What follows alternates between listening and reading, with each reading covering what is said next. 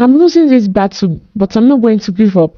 I'm going to find Simbi and her gang, and I'm going to rescue my Dele. Nothing will stop us from getting married. The policemen who came to the hotel with Barrister Jane were angry as they did not meet Simbi and her gang. They even blamed Jane, telling her that she pranked them for nothing. Jane explained that it was not a prank, that she actually saw them when she came. But the policemen did not listen to her. They insisted that she should have called them on the phone instead of coming to the police station to disturb them. Jane went home, unhappy and dejected. I'm losing this battle, but I'm not going to give up. I'm going to find Simbi and her gang, and I'm going to rescue my Dele.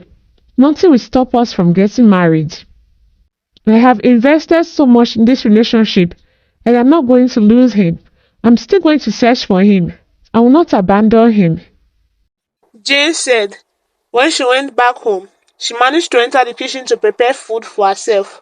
She even had the strength to prepare vegetable soup because she needed to replenish her energy to be able to think of how to go about the situation. As she was eating the vegetable soup and eba, she was thinking of the next step to take. I think I should leave the police out of the picture. They must have received bribes from Simbi. I'm going to hire a private detective and security so that they can help me rescue Dele for me. The police have not been able to do anything. Jane said as she swallowed a lump of eba. She molded another lump and dipped it in the sweet soup and then swallowed again. She picked up her phone and called an old friend, Lily. Lily, I'm in trouble and I need help. Jane sounded sad and distressed. What is the problem at hand? Lily asked. Lily lives in Victoria Island and she seems to know everyone in Lagos.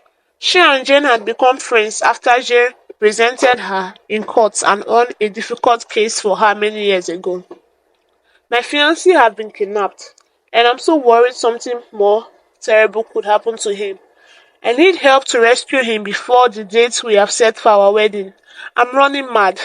I'm getting close to menopause and the only man who have agreed to marry me has been kidnapped and the police have abandoned me to my fate. I don't want to abandon my fiancé. Is there anything you can do to help me? Do you know any private security firm capable of doing search and rescue? Do you know any private detective in Lagos? I will pay any amount they demand so far as they are going to rescue Dele and bring him home alive.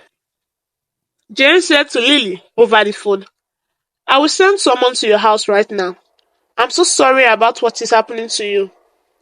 Jane, you have told me before involving the police, but rest assured that Dele will come home unhurt now that you have informed me. I will send my private detective to you. He has worked for me before I and you met. I can assure you he is very efficient, Lily said over the phone. Thanks very much, Lily. Thanks for being there for me. I'm waiting at home. I'm not going to work until this situation is resolved, Jane said as she hung up. It did not take much time before the private detective arrived at Jane's house and Jane narrated the entire story to him. His name is Baron. I need this resolved before my wedding. I don't want anything to stop the wedding. This is the first time a man is indicating interest to marry me. The whole situation now is just making me sad. Can you help me, please? Jane asked Baron, the detective.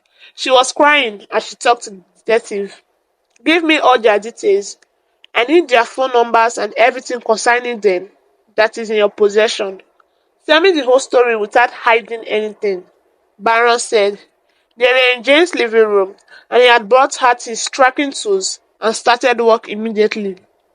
I can see them in that same hotel where you said they were nowhere to be found.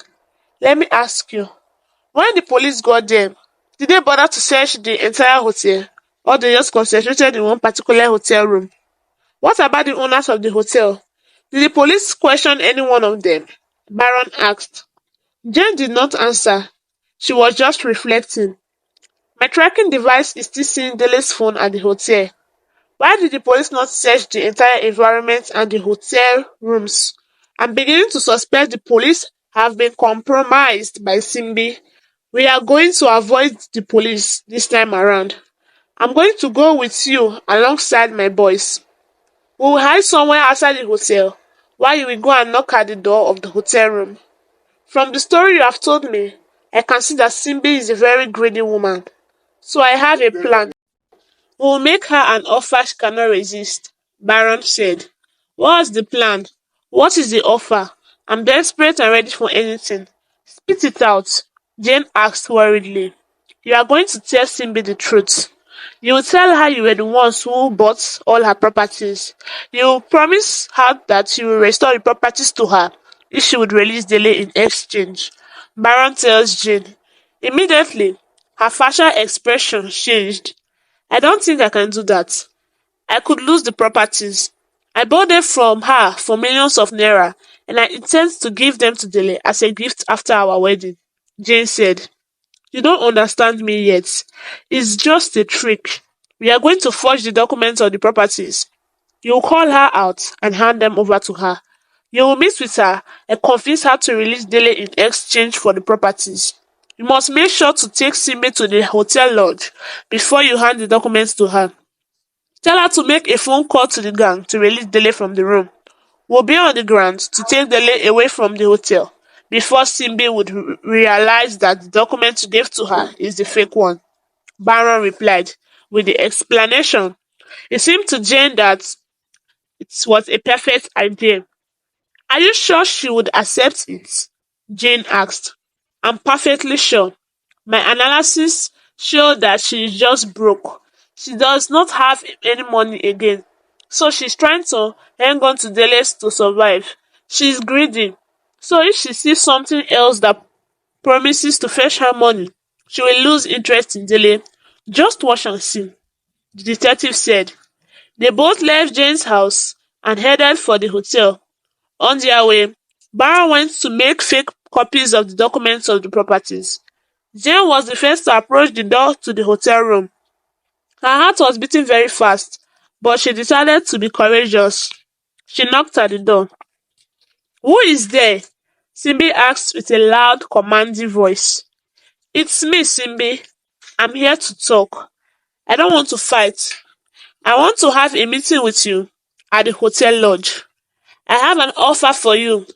I know you bought your properties and I promise to help you get them back. Your house, your cars, and everything will be returned to you if you can come out and talk to me for a minute. I promise you won't be arrested. The police is not here with me. I'm totally alone, Jane said. Her voice was shaking, but she maintained courage. There was silence for a moment, and then Simbi spoke in response to what Jane said. Let me warn you. If you are here with the police, you will never see Dele again.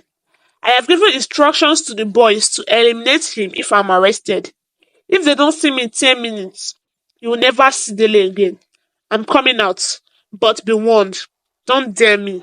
And you better be sure of the offer you are making, Simbi said as she opened the door to come out. They walked together to the hotel lounge.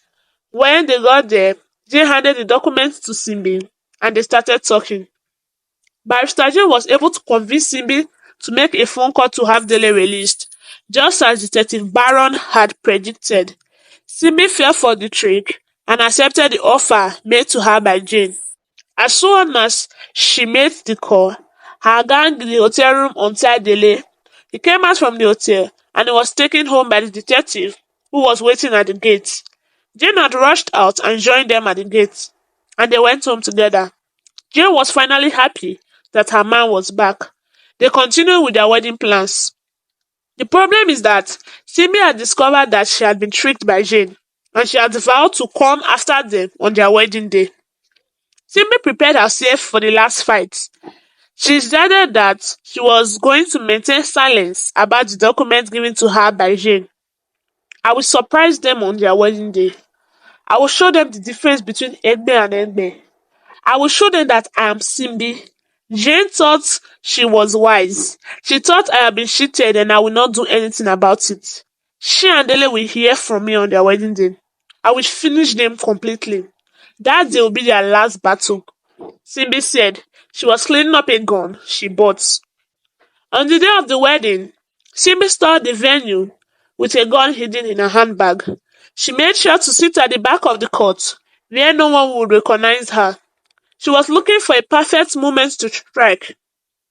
After Dele and Jane were declared husband and wife, Simbi decided it was the perfect moment to finish them up.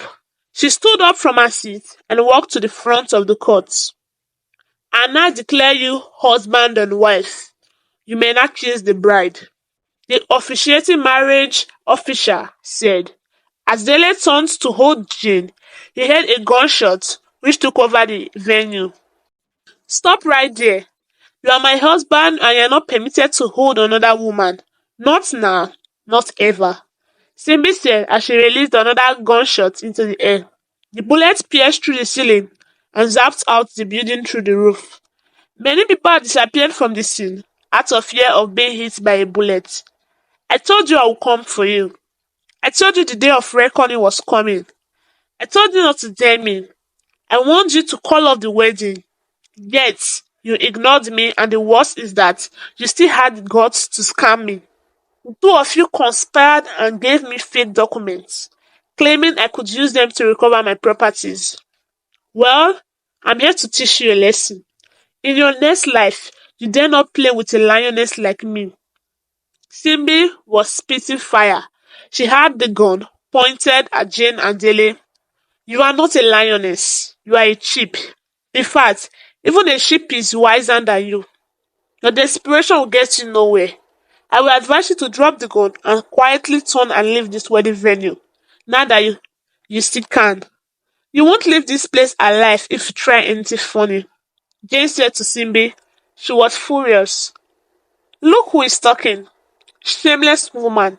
You snatched my husband from me, claiming you wanted to help me to divorce him. You are a witch. I have suffered with Dele for many years before he even came to know you, and I will not allow you to enjoy the fruit of my labor," Simbi said. The statement infuriated Dele. "You suffered for who? It's as if you have gone insane. You that destroyed my life and stole all my properties. You are a terrible person, and your case is irredeemable. You are lost. And like she said, you better leave now that you can. It's a friendly advice from me, your ex-husband," Dele said. This made Simi to be more angrier. She drew closer and pointed the gun directly at Dele's chest. Jane pushed Dele away and stood in front of him as if she wanted to take the bullet on his behalf. "I will have to die first before I will allow you to do any harm to Dele. You have to kill me first before you harm him," Jane said. Her voice was shaking, but her courage was unwavering.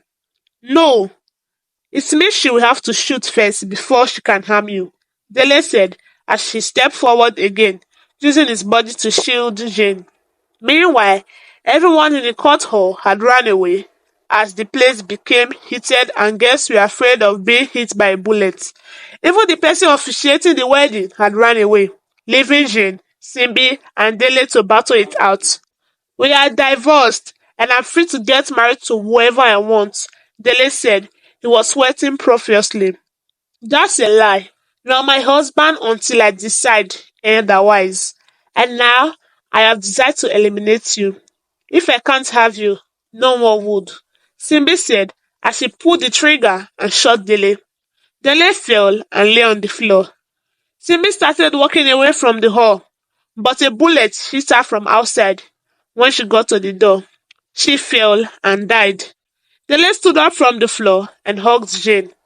He was not harmed because he was wearing a bulletproof jacket inside his wedding suit. It turns out that Jane and Dele had expected Simbi to come to the wedding venue for a revenge. They made adequate security arrangements. Police were stationed outside secretly to monitor situations, and both of them were given protective bulletproof vests to wear. And that was what saved Dele. They went home to start enjoying their marriage. "I have a gift for you," Jane said to Dele that evening. "These are documents to your properties. I bought them from Simbi. It's your wedding gift from me. I want us to move to your own house. You are a man. I should live in your house, not mine," Jane said. "This is my happiest day on earth. I made a mistake in my first marriage, but my marriage with you is giving me a second chance at life. I sincerely appreciate you, Jane, Dele said as they hugged. I thank God she dumped you. If she didn't divorce you, I would not have met you. This is a lesson to everyone. The husband or wife you are maltreating and who you want to dump might be picked up by another person, Jane said. The letter moved to Dele's house and lived happily ever after. The end.